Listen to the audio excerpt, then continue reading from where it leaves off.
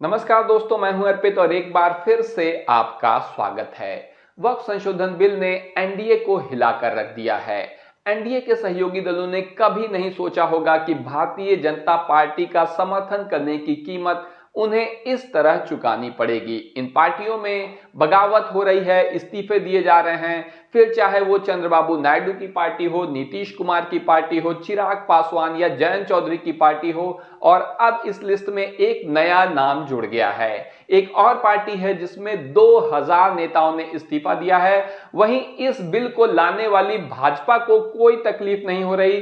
सारा विरोध, सारे संकट इन सहयोगी दलों के ऊपर ही आ रहे हैं। तो आप देख सकते हैं, सबसे पहले हम बात करेंगे जयंत चौधरी की, जिनकी पार्टी है राष्ट्रीय लोकदल, खासतौर से पश्चिमी यूपी में काफी सक्रिय है।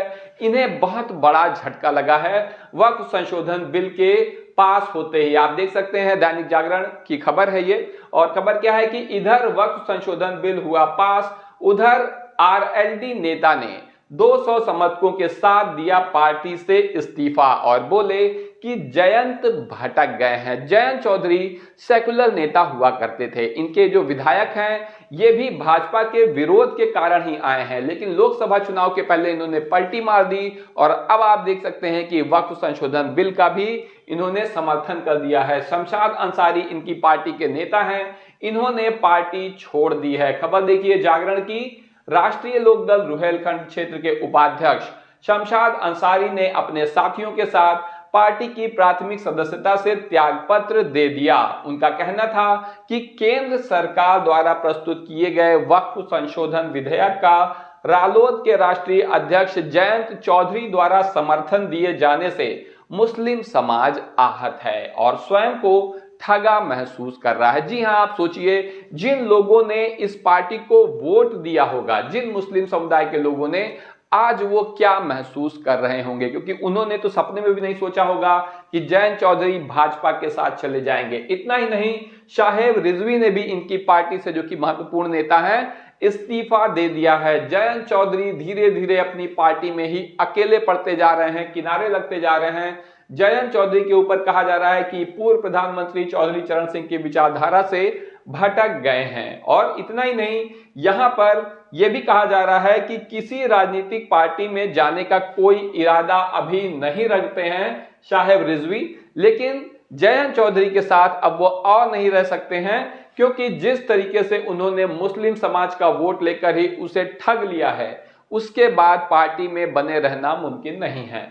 पश्चिम उत्तर प्रदेश में राष्ट्रीय लोकदल के 10 विधायक हैं। आपको बता दें, इन सभी में मुसलमानों का अच्छा खासा वोट है। मुसलमान उनके इस फैसले से आहत हैं और यही वजह है कि मुस्लिम नेता अब जयंत चौधरी से दूरी बनाने लगे हैं। आप देख सकते हैं न्यूज 18 की रिपोर्ट, वक्फ संशोधन बिल पर नीतीश की जेडीयू के बाद बीजेडी यानी कि बीजू जनता दल में बवाल। आपको मैंने कहा था कि एक नई पार्टी भी अब इस लिस्ट में आ गई है, वो है बीजू जनता दल। टूट के कगार पर है अब ये पार्टी। भाजपा के खेल में नवीन पटनायक, जो कि उड़ीसा के पूर्व मुख्यमंत्री हुआ करते थे, वो फंस गए हैं। अभी तक ये मुख्यमंत्री थे उड़ीसा के, लोकसभा चुनाव के पहले तक उसी में यहां पर विधानसभा चुनाव भी हुआ और बहुत लंबे समय तक मुख्यमंत्री रहने के बाद आखिरकार नवीन पटनायक चुनाव हार गए। उड़ीसा की राजनीति में भाजपा का विरोध करने वाले नवीन पटनायक ने कहा था कि वो भाजपा के लायक किसी भी बिल का समर्थन नहीं करेंगे। सिर्फ वक्फ बिल की बात नहीं है, किसी भी बिल का समर्थन नहीं करेंगे, लेकिन इनकी पार्टी के सभी 7 सांसदों ने राज्यसभा में बिल के समर्थन में वोट दिया।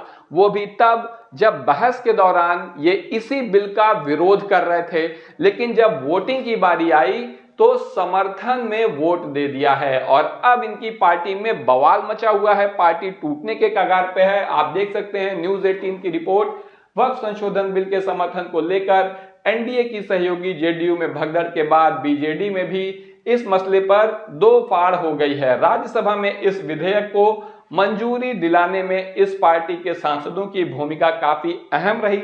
हालांकि बीजेडी अपने गृह राज्य ओडिशा में भाजपा के विरोध में खड़ी है, लेकिन इसके बावजूद राज्यसभा में मतदान के दौरान बिल के समर्थन में वोट दिया। आप देख सकते हैं शनिवार को पार्टी के पूर्व मंत्री जेना ने बीजेडी के राज्यसभा फ्लोर लीडर सस्मित पात्रा के खिलाफ अनुशासनात्मक कार्रवाई की मांग की है, यानी अपनी ही पार्टी की नेता के खिलाफ अनुशासनात्मक कार्रवाई की मांग कर रहे हैं। क्यों कर रहे हैं? क्योंकि जेना ने पार्टी अध्यक्ष नवीन पटनायक को लिखे एक पत्र में आरोप लगाया कि वक्फ बिल पर पार्टी के आखिरी मिनट में बदले गए रुख के पीछे साजिश है। आप कल्पना करिए कि जो नेता खड़ा होकर बहस के दौरान उसी बिल का विरोध कर रहा है, फिर उसे पार्टी से ही आदेश मिल जा रहा है कि समर्थन में वोट दो। ऐसे में कितनी बड़ी विडंबना है। और ऐसा ही हुआ है नवीन पटनायक की पार्टी में। वहीं दूसरी तरफ नीतीश कुमार की पार्टी में तो जबरदस्त बगावत हो रही है, सिर फुटौल बिल्कुल मचा हुआ है। आप देख सकते हैं जदयू में कोहराम मच गया है। वक्फ बिल पास होने के 24 घंटे के भीतर ही 7 मुस्लिम नेता इस्तीफा दे चुके हैं। इसके बाद 20 पदाधिकारियों ने तो सामूहिक रूप से इस्तीफा दे दिया। तो आप समझ सकते हैं कि नीतीश कुमार कितने दबाव में हैं। और इसी दबाव को कम करने के लिए इन्होंने अपनी पार्टी के बचे कुचे मुस्लिम नेताओं को लगाया। जेडीयू ने डैमेज कंट्रोल के लिए प्रेस कॉन्फ्रेंस की, लेकिन सवालों का जवाब दिए बिना ही ये नेता वहां से भाग खड़े हुए, क्योंकि सच्चाई यही है कि बार बार मुस्लिम वोटों के लिए कभी मुस्लिम धर्मगुरुओं से, कभी मुस्लिम नेताओं से ये वादा करने वाले नीतीश कुमार कि वो इस बिल को पास नहीं होने देंगे, आखिरकार भाजपा के समर्थन में खड़े नजर आए और इस बिल को पास करने में महत्वपूर्ण भूमिका निभाई, क्योंकि उनके 12 सांसद हैं लोकसभा में। तो निश्चित रूप से जवाब देना अब आसान नहीं है। वहीं दूसरी तरफ एक बड़ी खबर यह है कि राष्ट्रपति ने अब इस बिल को मंजूरी दे दी है। वक्फ संशोधन बिल अब कानून बन चुका है। राष्ट्रपति द्रौपदी मुर्मू ने इस बिल को मंजूरी दे दी है। लेकिन अब सवाल यह उठता है कि यह बिल लागू कब होगा, या लागू होगा भी कि इसका हाल कृषि कानूनों के जैसा होगा, जिन्हें मंजूरी तो मिल गई थी लेकिन वो कभी लागू नहीं हो सके। जनता के विरोध के चलते खुद भाजपा सरकार ने उन कानूनों को वापस ले लिया। आप देख सकते हैं कुछ ऐसा भी हो सकता है, क्योंकि वक्फ बिल के खिलाफ मुस्लिम पर्सनल लॉ बोर्ड आंदोलन करेगा, हार मानने वाला नहीं है। कहा कि संशोधन संविधान पर हमला है और सुप्रीम कोर्ट में तीसरी याचिका भी दाखिल हो चुकी है। मामला सुप्रीम कोर्ट में पहुंचा हुआ है और भाजपा नेता शाहनवाज को जान से मारने की धमकी भी दी गई है, जो कि मेरा मानना है कि पूरी तरह से गलत है। इस तरीके की बातें नहीं होनी चाहिए। मुस्लिम पर्सनल लॉ बोर्ड क्या कह रहा है आप देखिए। वक्फ संशोधन बिल इस्लामी मूल्यों, धर्म और शरीयत, धार्मिक और सांस्कृतिक स्वतंत्रता, सांप्रदायिक सद्भाव और भारतीय संविधान के आधारभूत ढांचे पर गंभीर हमला है।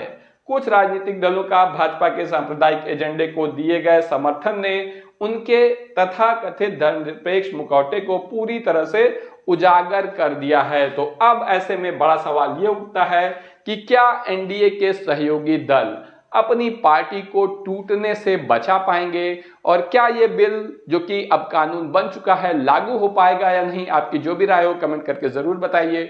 वीडियो को लाइक करिए, चैनल को सब्सक्राइब करिए और अपने दोस्तों के साथ शेयर करना ना भूलिए। धन्यवाद।